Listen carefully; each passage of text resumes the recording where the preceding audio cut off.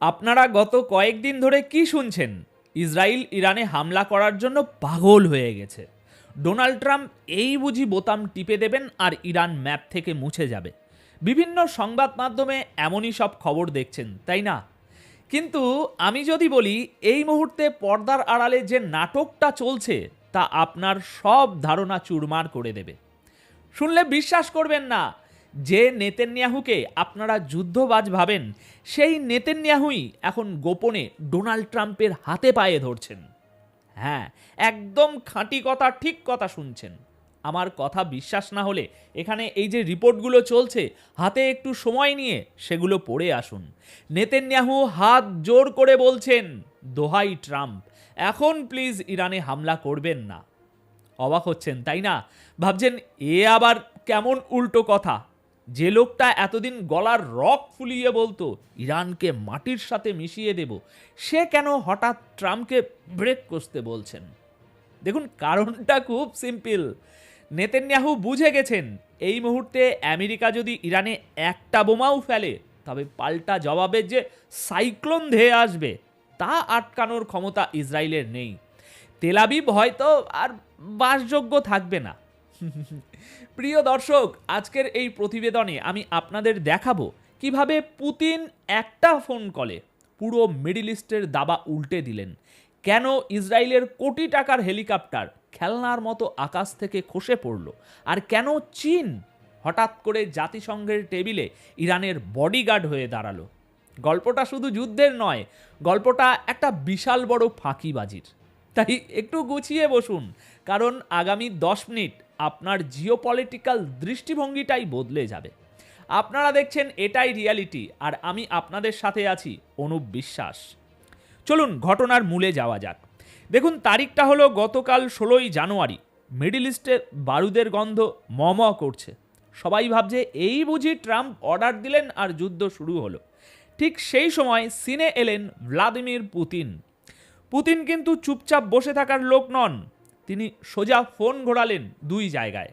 এক, ইরানের president Masoud পেজিশিয়ানের কাছে, আর দুই, সোজা বেঞ্জামিন নেতানিয়াহুর কাছে। পুতিন নেতানিয়াহুকে কি বলেছে জানেন?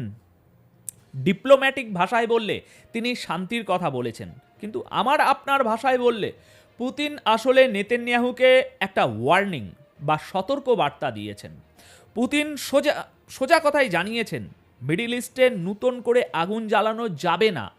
যদি রিজনে আগুন লাগে তবে রাশিয়া আর হাত গুটিয়ে বসে থাকবে না।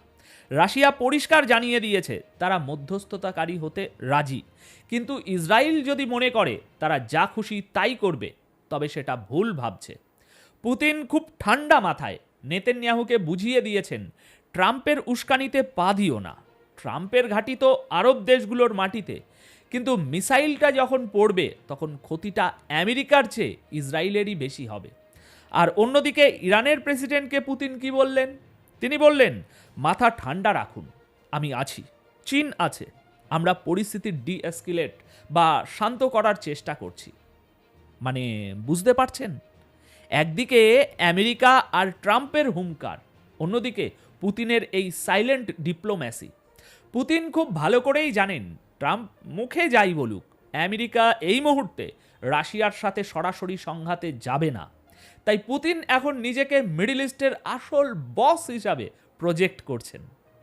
এখন আসি সবচেয়ে ইন্টারেস্টিং রিপোর্টে। বাঘ আসছে বলে যারা লাফাচ্ছিল সেই ইসরায়েল হঠাৎ কেন পিছু হটল?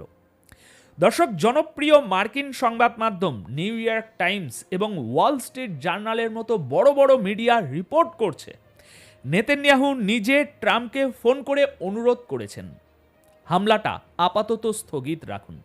কিন্তু কেন?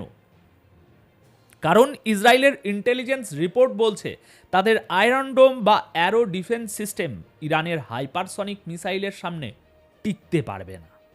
ইসরায়েল এখন বুঝতে পারছে ইরান আর আগের মতো ছোটোখাটো যুদ্ধ করবে না। এবার যদি যুদ্ধ লাগে, ইরান সরাসরি তাদের ব্যালিস্টিক মিসাইল দিয়ে ইসরায়েলের সমস্ত ইনফ্রাস্ট্রাকচার, মানে মেন ইনফ্রাস্ট্রাকচার সব গুড়িয়ে দেবে। আর ডোনাল্ড ট্রাম্প তো ব্যবসায়ী মানুষ, তাকে তার উপদেষ্টারা বুঝিয়ে দিয়েছেন তিনটে নির্মম সত্য। প্রথম, রিজিম চেঞ্জ সম্ভব নয়।